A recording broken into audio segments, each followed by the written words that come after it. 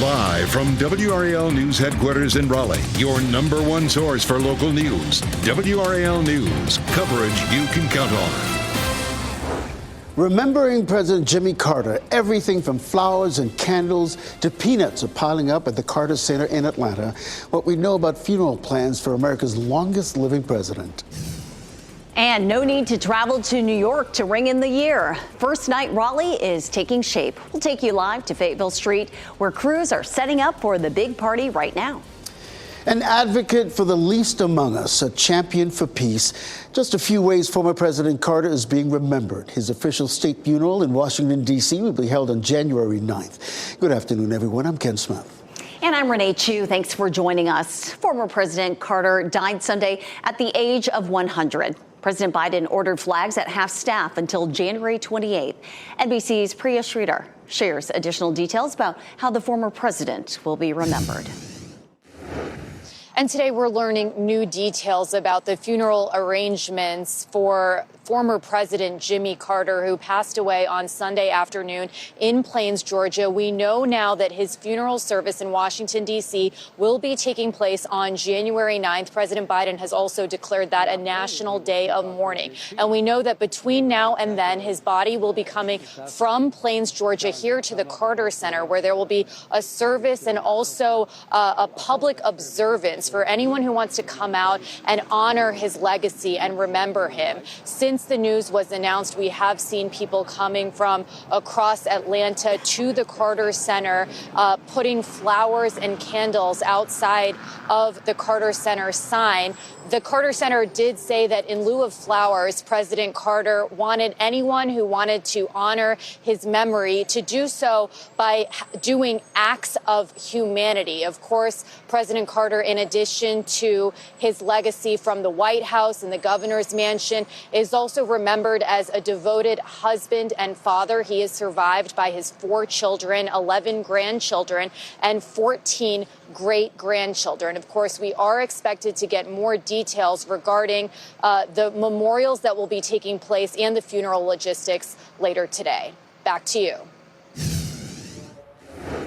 And happening right now in the WRAL Live Center, Pope Francis is remembering and honor former President Carter. The Pope, he praised Carter's firm commitment to peace and reconciliation and a message of condolence following Carter's death. In a statement, Pope Francis recalled Carter's firm commitment, motivated by deep Christian faith, to the cause of reconciliation and peace between the peoples, the defense of human rights, and also the welfare of the poor and those in need. Carter actually made history as the first U.S. president to welcome a pope to the White House back in 1979 when he hosted St. John Paul II. The New York Stock Exchange and NASDAQ held a moment of silence to honor the legacy of former President Jimmy Carter. A single bell tolled to mark the start of the moment of silence as photos of former President Carter were displayed on monitors. Let's take a look at the numbers now. The Dow in decline. Look at that drop, down 350 points at this hour. S&P 500 also in the red, down 50 points. NASDAQ down 180 points. Analysts are stumped right now as to what exactly is causing today's decline. We'll continue to monitor the numbers for you. Our coverage of former President Jimmy Carter doesn't end here. There is much more on WRAL.com. You can learn about his funeral plans, political career, and much more. Search Jimmy Carter on WRAL.com. A woman Raleigh police say tried to kill her child made her first court appearance today. WRAL's Noah Klein here now with what we know about this case. Noah. Ken, we're learning more here. Authorities, they recently arrested Maquisha Jones. She's 28 years old. Today, her bond was set at $600,000. She remains in the Wake County Jail. Warrants reveal police believe Jones pointed a gun and choked her child. She's charged with first-degree attempted murder, assault by strangulation, assault by pointing a gun, and felony child abuse.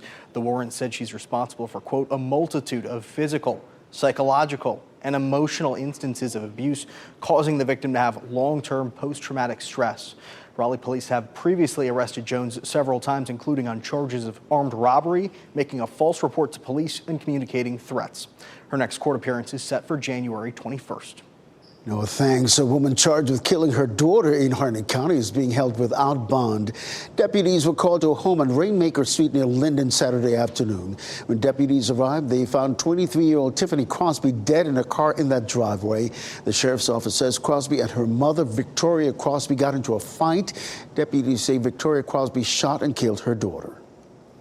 Feels like spring today, but there's a chance for a few showers on New Year's Eve. Meteorologist Chris Michaels is in the WRAL Severe Weather Center with a preview of our first night forecast. Chris. Yeah, I think if you like today's kind of weather in terms of the temperatures, then I think you're going to like much of tomorrow as well. Currently, Durham and Raleigh at 63, Fayetteville at 61. This afternoon, we make it to 67 in Raleigh, Fayetteville 68, South Hill and Roxborough 65 degrees. Plenty of sunshine out there, but that'll start to change as we head into tomorrow. This is 8 o'clock in the morning. Start to see some clouds, maybe some fog, especially Wayne, Sampson, and Cumberland counties. The clouds will start to rise to the north, but we're mainly dry by midday. Keep in mind that first night starts at 2 p.m., at which point we are still mainly dry. It's really going to be late afternoon into the evening that we see the chance for a few stray showers. That's why we're only calling it about 30% in terms of the chances. But by 8 or 9 p.m., everything's out of here and we're mainly clear just in time for midnight. So here's your hour-by-hour forecast for the first night forecast in downtown Raleigh. Temperatures mid to upper 60s in the afternoon. As we get closer to 6 or 7 p.m., we'll be in the mid to upper 50s. By midnight, we're in the low to mid 50s. So very warm out there to end the year, but heading into January, blast of Arctic air coming in. I'll show you if that means any kind of wintry weather coming up in just a bit. Thanks, Chris. We are about just 24 hours away from WRAL First Night Raleigh. Always a festive and exciting way to ring in the new year as crowds take over the streets of downtown for dancing, music, and entertainment. WRAL's Sarah Kruger is live in downtown Raleigh right now, where the preparations for all that are underway. Sarah, what's going on where you are? Renee, organizers are sprinting to the finish line right now to make sure that everything gets done. Behind me here, you can see a couple of the rides that they'll have at First Night Raleigh, and they are setting those up right now. In the back, that's a Ferris wheel, and in the front, that is a ride that is brand new to this event this year. It's called the Downdraft. It's got those arms that go up and spin around, and it looks like a lot of fun. These are just some of the many attractions that'll be out here tomorrow evening. The fun begins in the afternoon and extends into the night with bands, activities, indoor and outdoor performances, fireworks, and of course, the acorn drops. Oh, it's so festive. And I think what's so special about First Night Raleigh is it's just like, it's this one thing that the whole community can come together on. Everyone loves a fresh start. They love ringing in the New Year's. And it just, when you're out here, you'll feel like everyone in Raleigh is here. And if you want to come and walk around Fayetteville Street tomorrow evening, anyone can come on out, no ticket necessary. If you want to do the activities like the new ride, you will need a ticket for that. You can get those online. Just go to firstnightraleigh.com for all of that information. There's also the option to purchase tickets once you get here as well. And by the way, if you're planning to drive today in downtown Raleigh, of course, you can see some of the streets are already closed off as they do all of this setup. So that's just something to be aware of if you are making your way downtown. Sarah Kruger, WRAL News, live in Raleigh. Sarah, thanks. Today we are asking, how are you celebrating New Year's Eve? Are you headed to a countdown drop like First Night Raleigh? Maybe you're going to a gala or special event, a friend's house, or are you staying home? Share your voice right now by scanning the QR code on your screen or go to WRAL.com/yourvoice. We will share the results before the end of this newscast.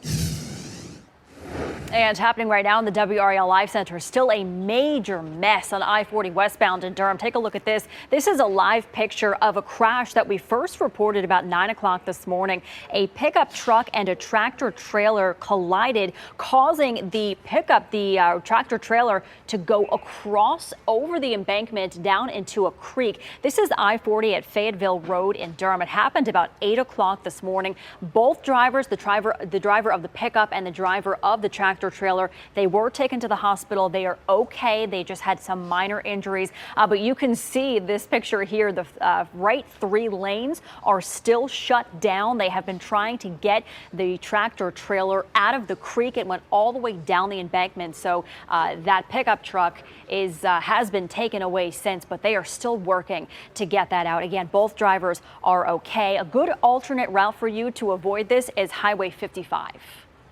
A team of American investigators are heading to South Korea to help local authorities determine what happened in the Jeju airplane crash. It killed 179 people. Only 2 people survived. NBC's Steve Patterson takes a closer look at the series of aviation incidents over the last week. Shocking new video showing the final moments of a deadly plane crash in South Korea. The passenger plane, which touched down without lowering its landing gear, skidded down a runway and erupted into flames as it collided with a wall. The Jeju Air flight was carrying 175 passengers and 6 crew from Bangkok to Muan. Only 2 survived. South Korean authorities suggesting a bird strike or poor weather may have caused the accident.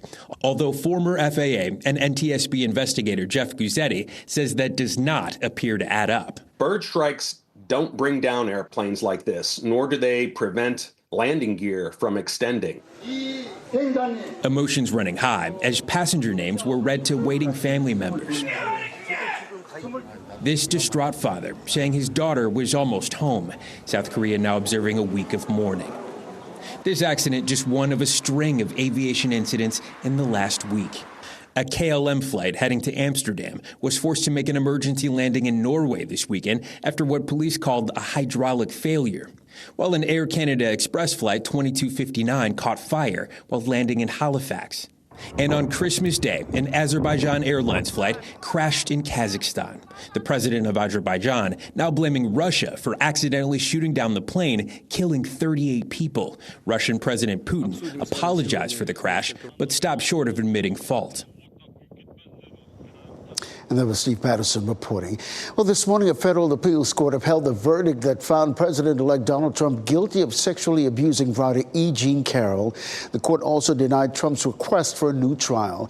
He challenged the $5 million verdict, saying the trial judge had erred in allowing testimony from 2 other women who also accused Trump of a sexual assault. The appeals court disagreed. Next at noon, a rock slide in Colorado caught on video. Hear from one driver who escaped this close call. Also, miracle of miracles, how a couple survived a destructive round of severe weather that hit the southeast. And as we look back at the legacy of President Jimmy Carter, the impact he's had here in North Carolina. Keep watching WRAL News over the air Channel 34 and Spectrum Channel 1257.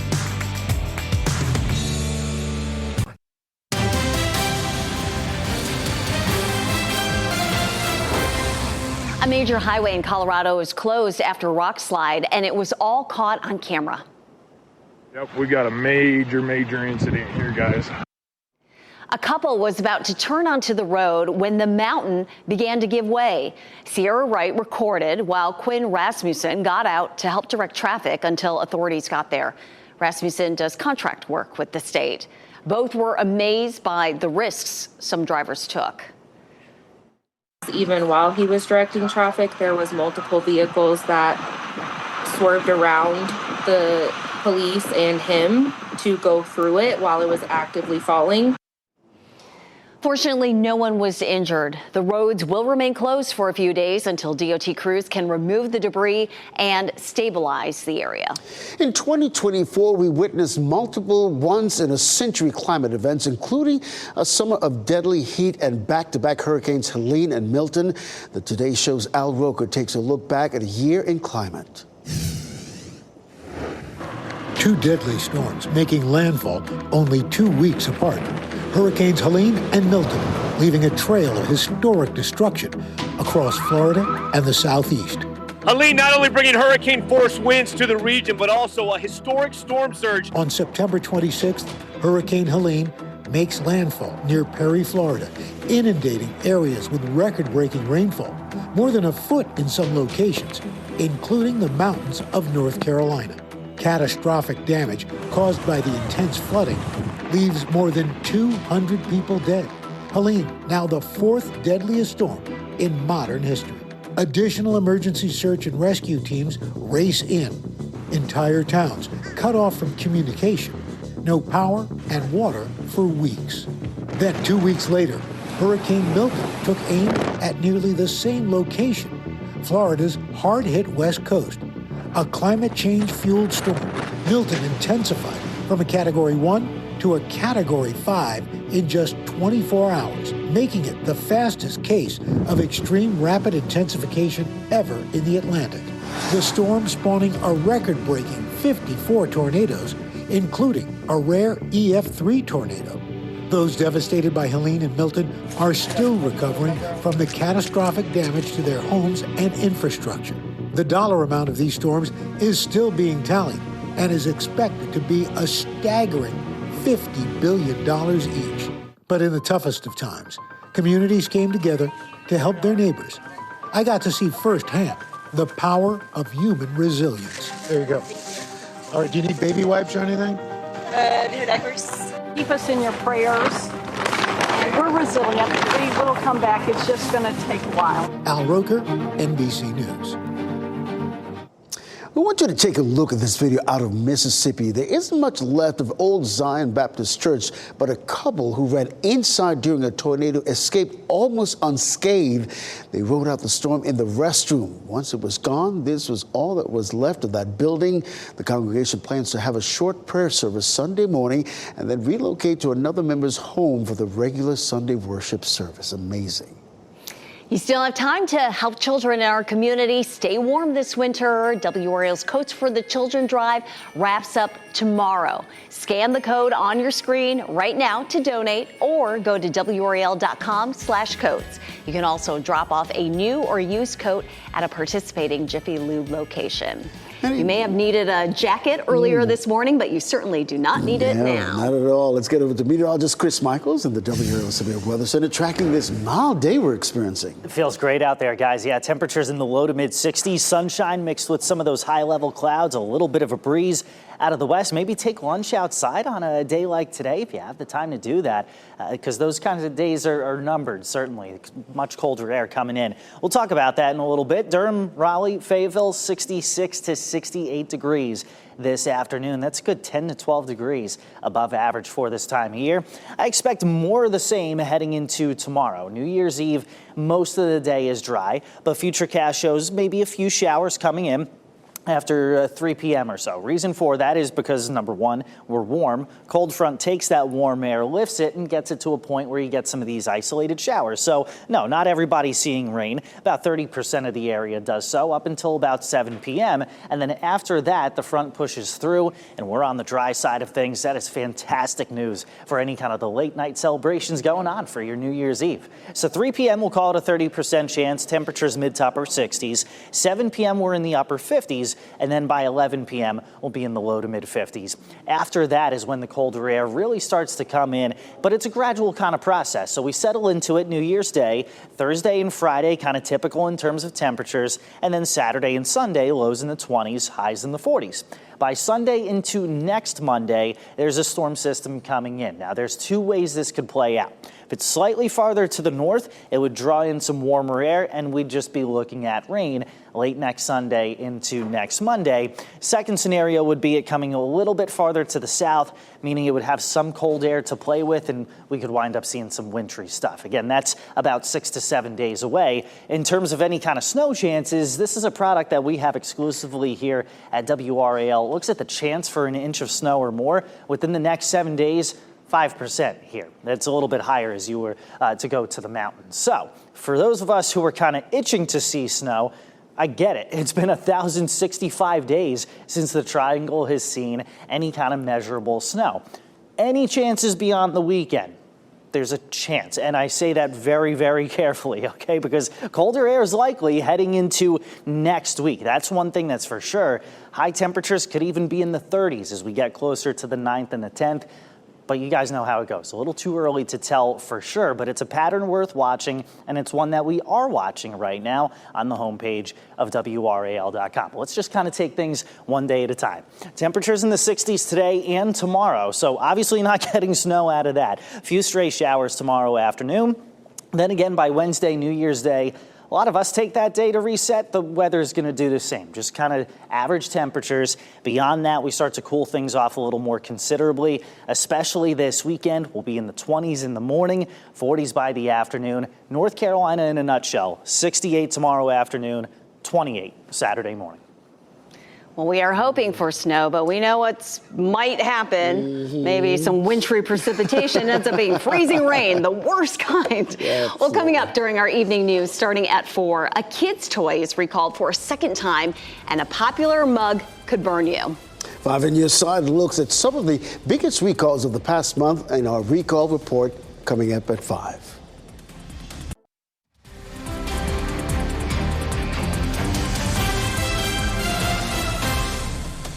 Welcome back. You're looking live at Fayetteville Street in downtown Raleigh. About to get ready for First Night Raleigh in just one more day. You're watching WRAL News, available on Hulu and the WRAL app on your TV or streaming device. New York Governor Kathy Hochul called for the immediate dismissal of more than a dozen corrections employees in connection with the death of an inmate. This weekend, nearly 24 people rallied in Times Square demanding justice for Robert Brooks, who was beaten by officers earlier this month. NBC's Brittany Miller reports.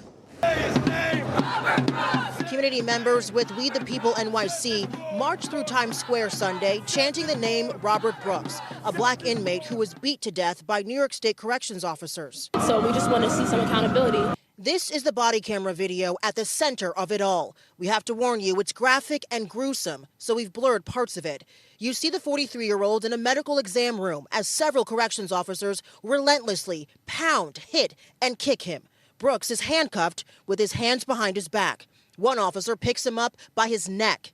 This video is from December 9th, when Brooks was transferred from the Mohawk Correctional Facility to the Marcy Correctional Facility in Oneida County, serving a 12-year sentence for assault. Brooks died the very next day. We're not saying that you're innocent. We're saying even though you're guilty, you shouldn't be killed. Now State Attorney General Letitia James is investigating. As in every case, the attorneys and investigators in my office are conducting an exhaustive review of the facts and the evidence.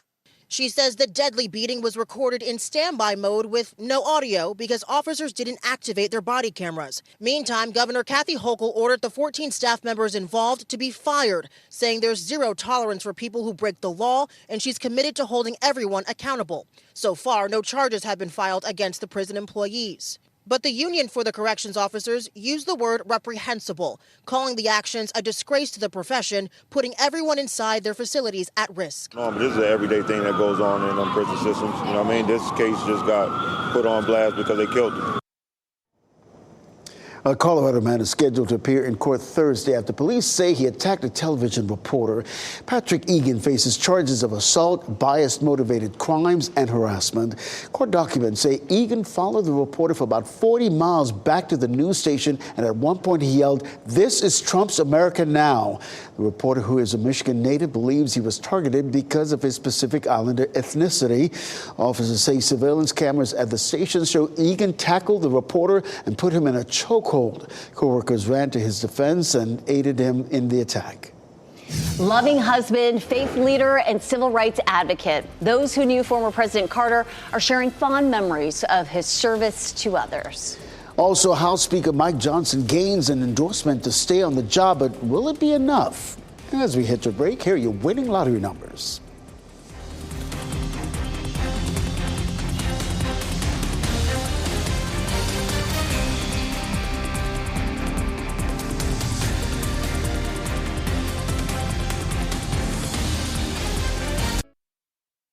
Shot in 4K ultra high definition. Your number one source for local news. WRAL News. Coverage you can count on. We continue to remember former President Jimmy Carter. While the humble peanut farmer has seeds in Georgia, his family's roots started here in North Carolina in the 1700s. WRAL's Sean Gallagher is in Goldsboro. And Sean, you've gotten quite a project going on there behind you. Yeah, that's right. A group of men built this ramp here behind me for a person with accessibility issues today. Just wrapping up not too long ago, absolutely for free. It fits two of the former president's many positive character traits, a love of woodworking, as you can see, and altruism, something one of these handymen had exclusive access to, helping the former president. Danny Schlinwine served as a Secret Service agent for Jimmy Carter for 4 years, protecting his grandchildren while he was president, and later the man himself at his Georgia home and when he traveled. But it was much more than a job. Schlinwine feels he can call Jimmy Carter and his late wife Rosalind friends. Carter was maybe more well known for his life post-presidency than the 4 years he held the title. His altruism, second to none, spending much of his time helping build homes through Habitat for Humanity, which makes today's job for Schlinwine mean so much more. Yeah, it gives me a little lump in the throat. It really does. It means a little bit more to me to do this. He would have been real proud of me. I've tried to contact him since he was sick, and it just never worked. But if I had told him, he would have said, "Oh no, not you out there building things." He would have had a good time because he really always used to bust me all the time. It's trying a different. And Schlinwine has helped build about 30 to 40 of these kinds of ramps this year alone for people who otherwise would not be able to afford to do so. And now moving forward, he'll continue doing it with President Carter in mind. In Goldsboro, Sean Gallagher, WRAL News. And here in the WRAL Live Center, tributes pouring in for President Carter after his death. We are monitoring them overseas. The royal family posting to X, he was a committed public servant and devoted his life to promoting peace and human rights. My thoughts and prayers are with the American people at this time, as well as President Carter's family. Also, French President Emmanuel Macron also posting this to X. Throughout his life, Carter has been a steadfast advocate for the rights of the most vulnerable and has tirelessly fought for peace. France sends its heartfelt thoughts to his family and the American people. And Prime Minister of the UK, Keir Starmer, also posting to X saying this: my thoughts are with his family and friends at this time. I was very sorry to hear of his passing and would like to pay tribute to his decades of selfless public service. Well, longtime WRAL anchor David Crabtree interviewed Jimmy Carter several times. David first sat down with Carter when the former president came to our studios to talk about his book, A Remarkable Mother. He spoke lovingly about his mother and the causes she fought for so dearly. He also showed off a bit of humor while talking about his mom. Quite often, the next day, I would have a press conference at the White House, and the first question would be, Mr. President, how do you respond to what your mother said on Merv Griffin last night? Well, we checked in with David last night to talk about his experiences with the former president. Jimmy Carter wouldn't remember my name, but I remember his name, and I remember his kindness. And I think we are better off as a country because Jimmy Carter served as president. Our coverage of former President Jimmy Carter doesn't end here. There's much more on WRAL.com. You can watch David's entire interview, learn about the official state funeral and other memorials, and much, much more. Just search Jimmy Carter on WRAL.com. In just a few hours, a community will gather to honor Zion Gibbs on what would have been his 8th birthday. Zion was killed in a drive-by shooting in June. 2 people are charged with his murder. Today's balloon release is at 4 p.m. It will be at Fayetteville's Lake Rim Park. The family requests people bring white balloons. Free cake will be given to all children at the event. We're waiting to learn if charges will be filed in an attack at a Raleigh apartment. In this case, police say a daughter cut her own mother with a knife. This happened just after 11 o'clock yesterday morning at an apartment complex on Daybrook Circle. That's near the Carytown Boulevard exit off I-40. Officers say the mother was taken to the hospital. She is expected to recover. Well, if you recently moved or gotten your latest tax bill, you know the prices of homes have soared in the past couple of years. The hot real estate market was great for sellers, but not so much for buyers, though. The lack of housing inventory was a long-lasting impact of the pandemic when workers were hard to come by and supply chains came to a halt. Now there's concern a campaign promise from President-elect Donald Trump could cause history to repeat itself. The impact on the industry is going to potentially decrease supply. Tonight at 6, WRAL investigates the impact of a mass deportation of undocumented immigrants, how many live here, and how many work in the construction industry. Also, why one realtor says people looking for a new home shouldn't panic buy just yet. As Governor Roy Cooper's final term winds down, we took time to update the WRAL Promise Tracker. It's one of our many efforts here to hold government leaders accountable. As they have for years, our NC Capitol team has been tracking Cooper's progress on a number of different campaign promises: school funding, broadband access, greenhouse gas emissions. We tracked how well his administration has followed through on political promises. Cooper was able to accomplish many of them, but others fell short due in part to the political landscape. Cooper is a Democrat. The state legislature is led by Republicans. Check out our final grades of Cooper's promises by searching Promise Tracker at WRAL.com. President-elect Donald Trump wants to keep Representative Mike Johnson as House Speaker. He endorsed a congressman from Louisiana days before the House votes. Trump wrote that Johnson is, quote, a good, hardworking, religious man who will do the right thing and continue to win. On Friday, the new Congress is set to convene to elect a speaker. Paying for the holidays with plastic. The record-setting credit card debt by Americans and the percentage still paying off last year's holiday gifts. But there is little relief in everyone's budget. The downward trend of gas prices for the new year. You can watch WRAL News live anytime on WRAL.com or the WRAL News app on your streaming device.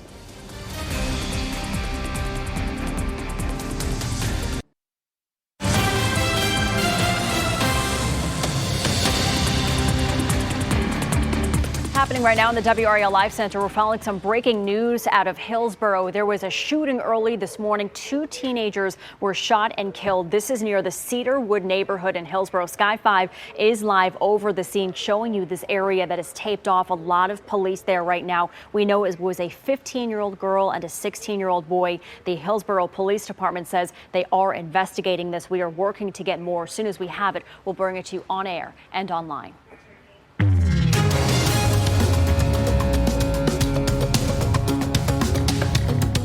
Credit card debt in the U.S. is on track to hit a new record high in the coming months. The National Retail Federation reports spending will skyrocket to $989 billion. Other reports found that many shoppers depended on credit cards to manage their holiday purchases. Another holiday spending report found that 28% of credit card users had not paid off the gifts they bought last year. You could call it an early New Year's gift for drivers. Gas prices are expected to drop in 2025 for the third straight year. Gas Buddy expects the national average for regular gas to fall to $3.22 a gallon. That's about 10 cents less than in 2024. Now, if the projections hold, the typical household should spend about $2,250 on fuel next year. Well, the confetti is officially ready for New Year's Eve in New York's Times Square. Organizers threw multicolored confetti to make sure everything worked properly. 3,000 pounds of confetti will be released at midnight on New Year's Eve. Well, this year, the confetti pieces have wishes written on them that were submitted in person and virtually to the Times Square wishing wall. Well, no need to travel all the way to New York. You can bring in the new year right here at home with WRAL live from downtown Raleigh. Dan Haggerty and Ashley Rowe will bring you all the fun and excitement from the state's largest New Year's Eve celebration. Music, crowds, fireworks all bring 2024 to a close, and we welcome 2025. We'll have live coverage on Fox 50 and WRAL starting at 10 tomorrow night. It is a New Year's Day tradition, but some say the world-famous Rose Parade could be in jeopardy. How climate change is impacting the star of the show. It's a draw. The world's top chess player is returning to a major tournament just days after withdrawing, the issue at the center of the dispute.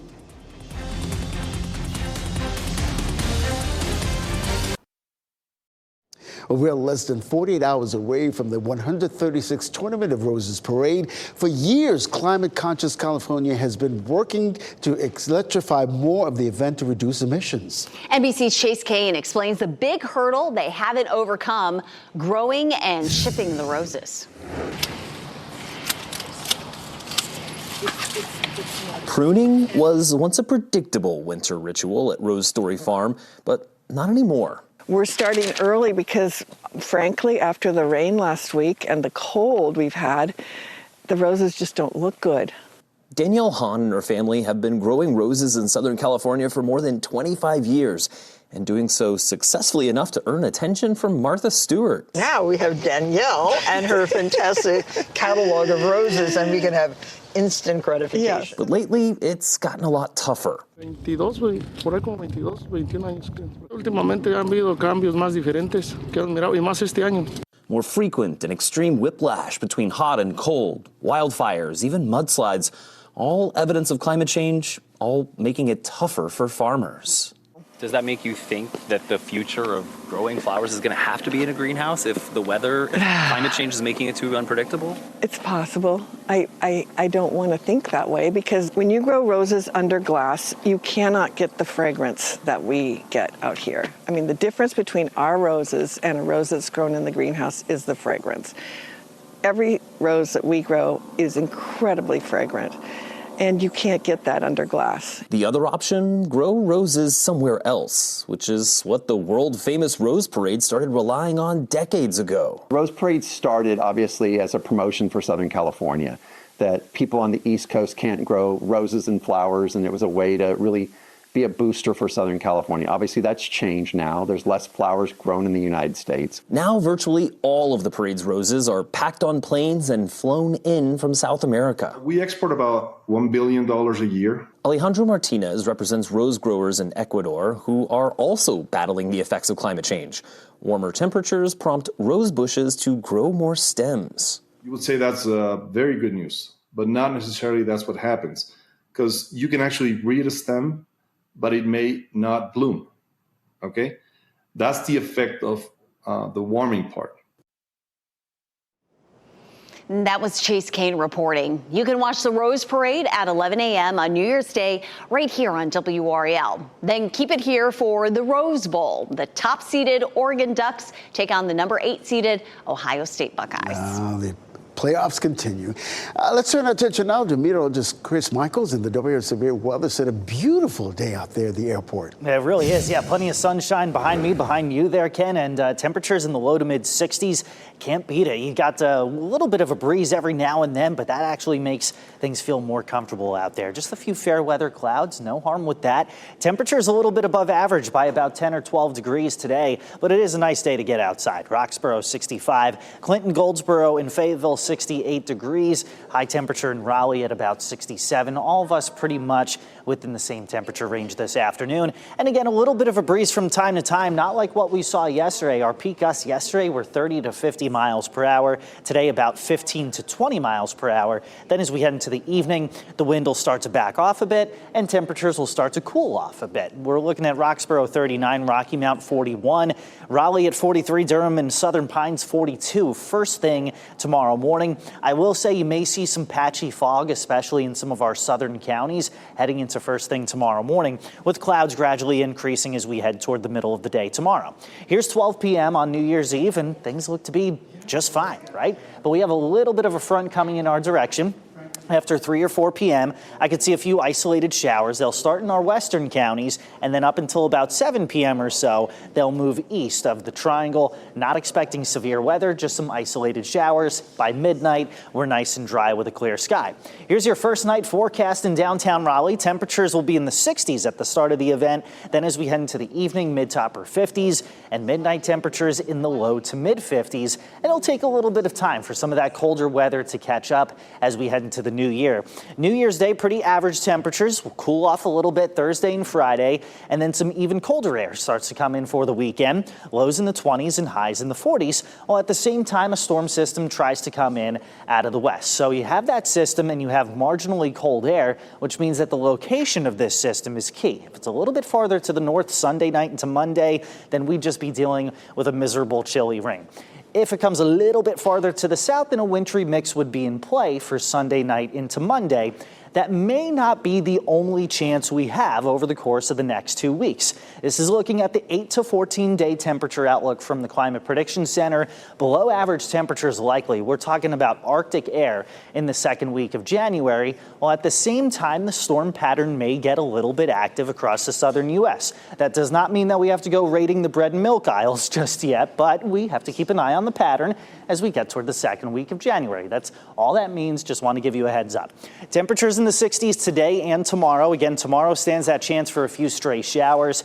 Then as we head toward New Year's Day, things kind of reset a little bit. 57 the high temperature. It'll be a little windy by then. And especially heading into the weekend, that's when things really start to cool off. And we've got that long-lasting cold spell into the middle of January. Lows in the 20s and highs in the 40s this weekend. So you're saying there's a chance. All right, Chris, thanks. Well, earlier we asked you, we'll continue. How will you ring in the new year?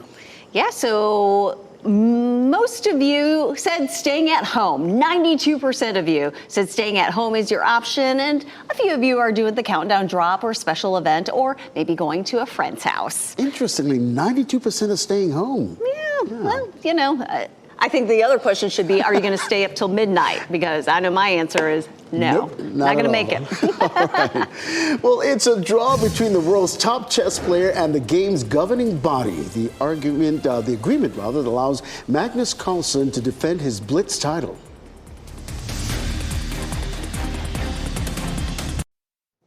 As we wrap things up, here's a look at a few of the headlines we're looking at today. An advocate for the least among us, a champion for peace. Just a few ways former President Carter is being remembered. His official state funeral in Washington, D.C. will be held January 9th. Former President Carter passed away Sunday at the age of 100. President Biden ordered the flags at half-staff until January 28th. A woman charged with killing her daughter in Harnett County is being held without bond. Deputies were called to a home on Rainmaker Street near Linden Saturday afternoon. When they got there, they found 23-year-old Tiffany Crosby dead in a car in the driveway. The sheriff's office says Crosby and her mother, Victoria Crosby, got into a fight. They say Victoria Crosby shot and killed her daughter.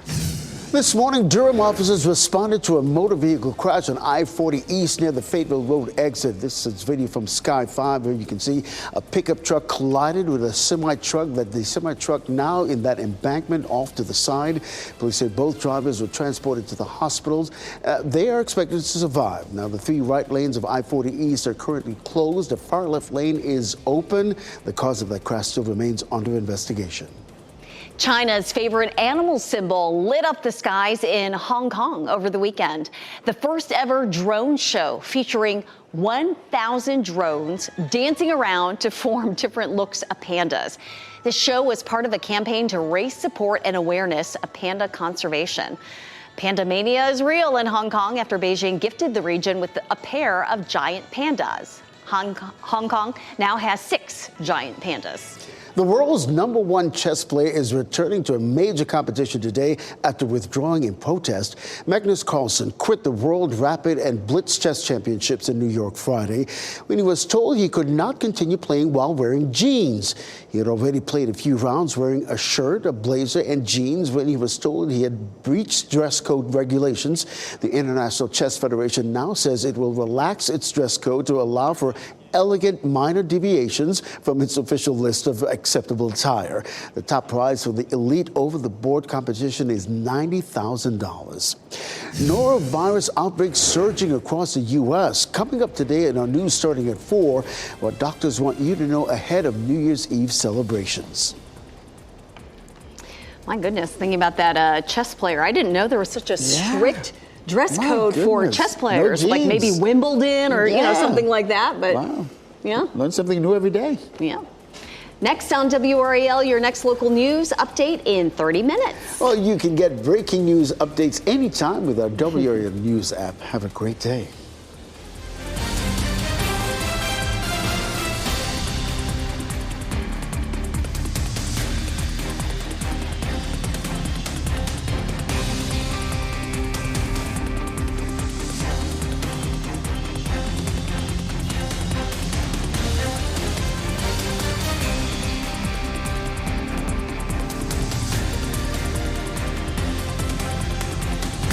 Keep watching WRAL News over the air channel 34 and Spectrum channel 1257.